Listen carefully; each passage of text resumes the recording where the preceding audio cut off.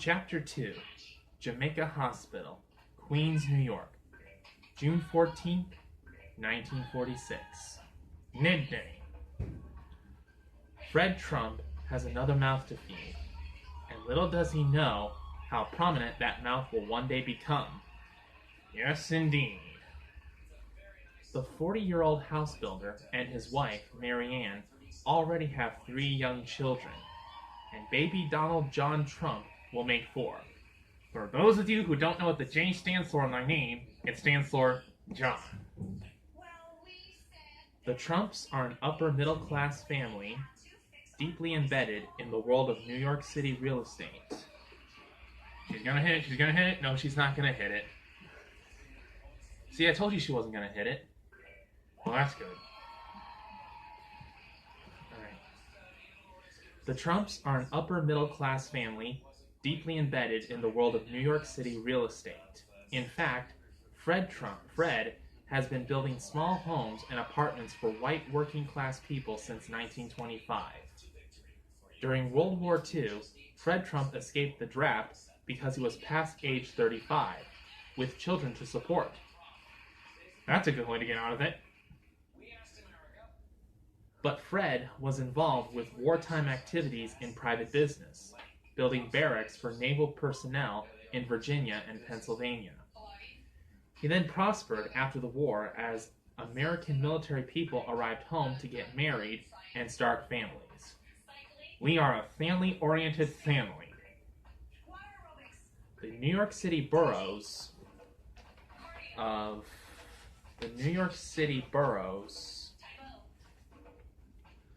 Queens and Brooklyn were teeming with recently arrived young adults. They all needed housing. Yes, they did. They all needed housing.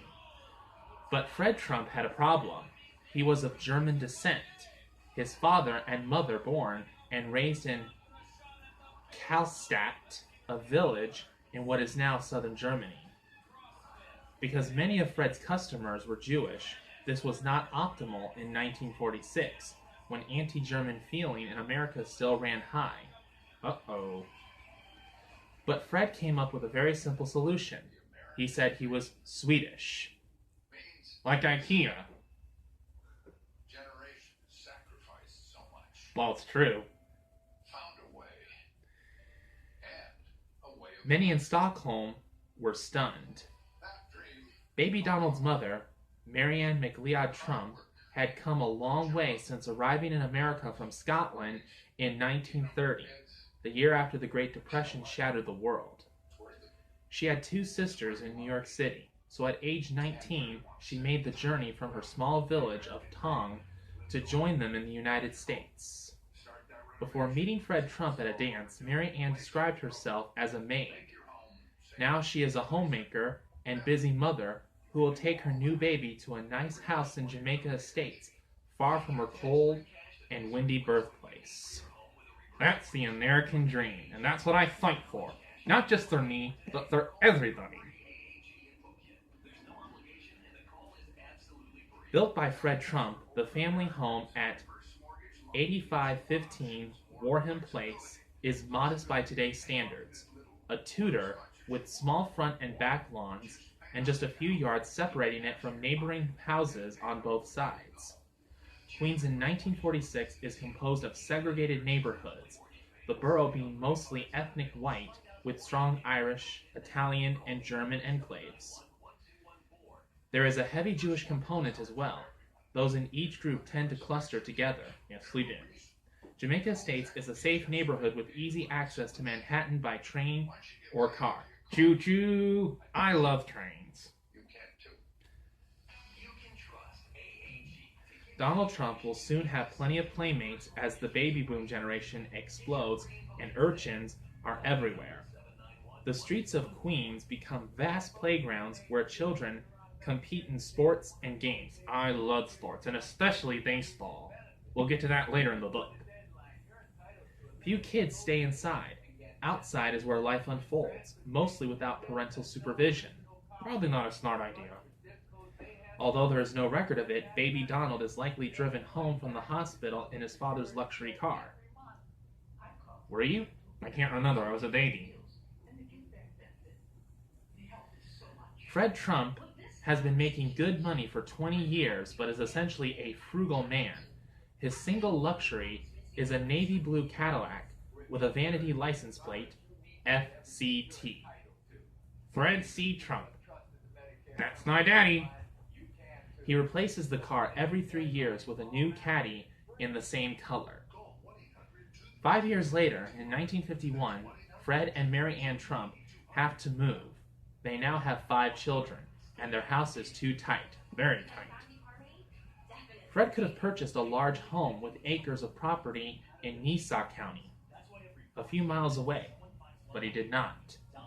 Firmly planted in Queens, he moved the family exactly 1 block away to a half-acre plot. The new house is larger and will eventually have a pool, a tremendous status symbol in Queens. Fred and Mary Ann will live at 8514 Midland Parkway for the rest of their lives. Until I move to the lighthouse. As the years pass, Donald and his 4 siblings don't see much of their father, who works like a madman. I take after my father. Work, work, work. Nevertheless, Donald idolizes him. He's a good man. Today in the Oval Office, a picture of Fred and Mary Ann Trump is prominently displayed on a side table near the Resolute desk. I love my family. I'm a family-oriented man. But getting President Trump to speak about his childhood is tougher than getting him to compliment Senator Chuck Schumer, whom he loathes. I despise him. The president sees little advantage in describing what happened in the 1950s at the Trump family dinner table. That's the past, but now we're living in the present. Were you a conservative family, I ask? In those days, we didn't even talk in terms of conservative or anything else. We talked more in terms of Republican or Democrat. But I would certainly say my parents had conservative values.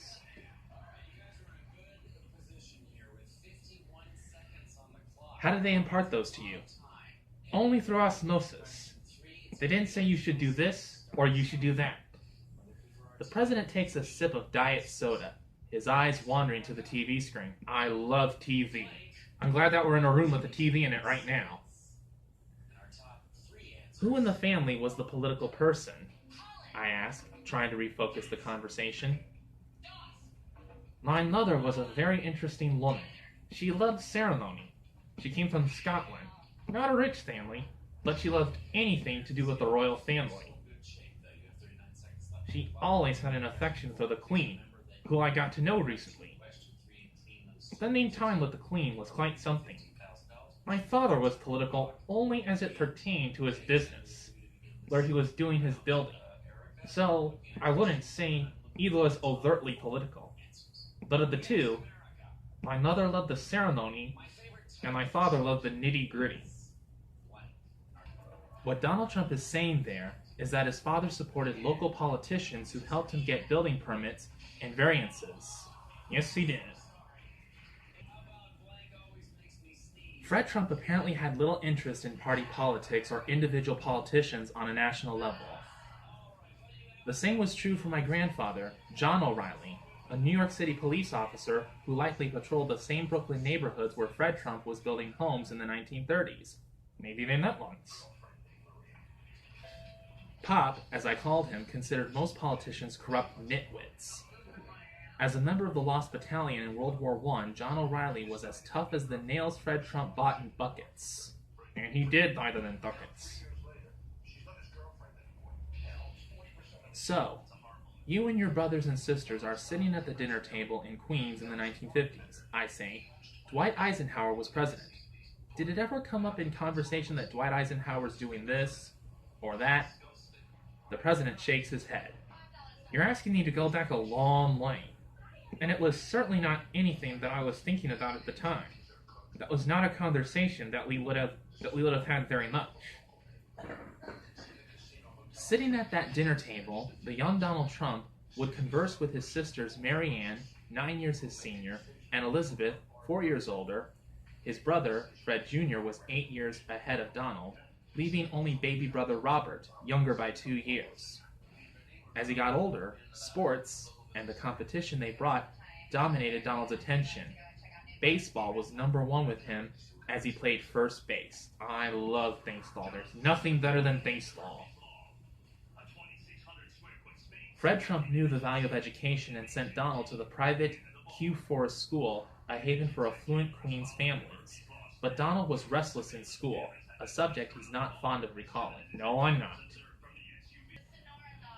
When I look back at what's going on today, I think I was a beautiful child, a perfect child. What I did was a different level of misbehavior than what you see today. I would say really rambunctious as opposed to really big misbehaving. Suddenly, disaster strikes. An aide appears in the Air Force One office with a Make America Great Again hat. Bye-bye, childhood discussion. Did you ever see anything like this? So, is that hat one of the great symbols? You understand? Sold a lot of them. Millions. Are you surprised by that? No. I mean, you marketed well. You have a lot of fans. That's just going to happen. And that came right out of me. That was like one of your book titles, right? Yeah.